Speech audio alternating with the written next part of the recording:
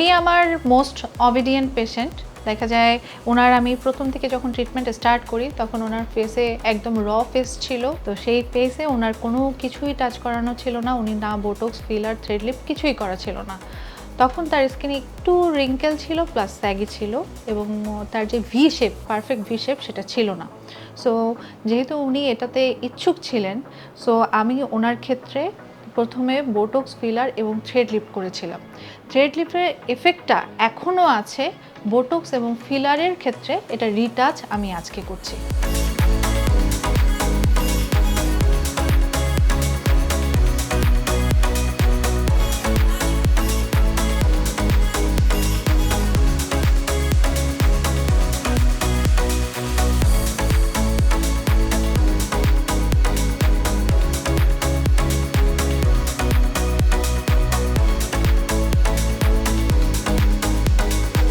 আপার ফেসে যখন কোনো বোটক্স করা হবে, এই বোটক্সের মুভমেন্টটা আমরা পেশেন্টকে আলাদা করে বলে দেই, কারণ এখানে প্রতিটা অ্যানাটমি, ফেসের অ্যানাটমি কিন্তু খুবই ইম্পর্টেন্ট।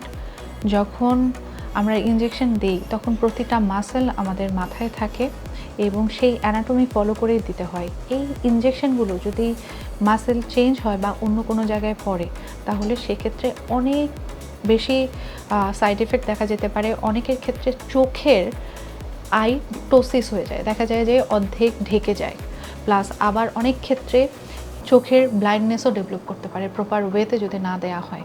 এটার পাশাপাশি আরেকটা জিনিস খুব ইম্পর্টেন্ট, যখন এমন কোনো জায়গায় এই ফেশিয়াল কোনো ইনজেক্টেবল কোনো কিছু দেয়া হচ্ছে, সেটা যদি অ্যানাটমি ছাড়া করা হয়, মুখের টোটাল শেপ চেঞ্জ হয়ে যায়। এটার জন্য আমরা পেশেন্টকে এখন যাওয়ার সময় বলে দিব আরও কিছু নিয়ম মানতে হবে। বোটক্স, বোটুলিনাম টক্সিনের ইফেক্ট কিন্তু মিনিমাম 6 to 7 মান্থ থাকে। যদি একটা সাইড এফেক্ট হয় সেটা কিন্তু 6 to 7 মান্থই মোটামুটি কন্টিনিউ করে। অনেক সময় দেখা যায় এই আই ড্রুপিটা অনেক পেশেন্টেরই পাওয়া যায়। অন্যান্য এমন কোনো জায়গা থেকে করে আসে যারা এই বিষয়ে অভিজ্ঞ না। আমরা রেগুলারলি চেম্বারে দেখে থাকি।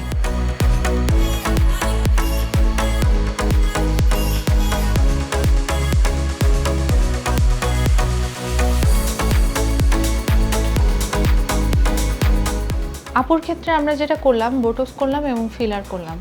এই বোটক্সের কিছু নিয়ম আছে, এই নিয়মগুলো না মেনে চললে কিন্তু পরবর্তীতে অনেক সাইড এফেক্ট চলে আসে।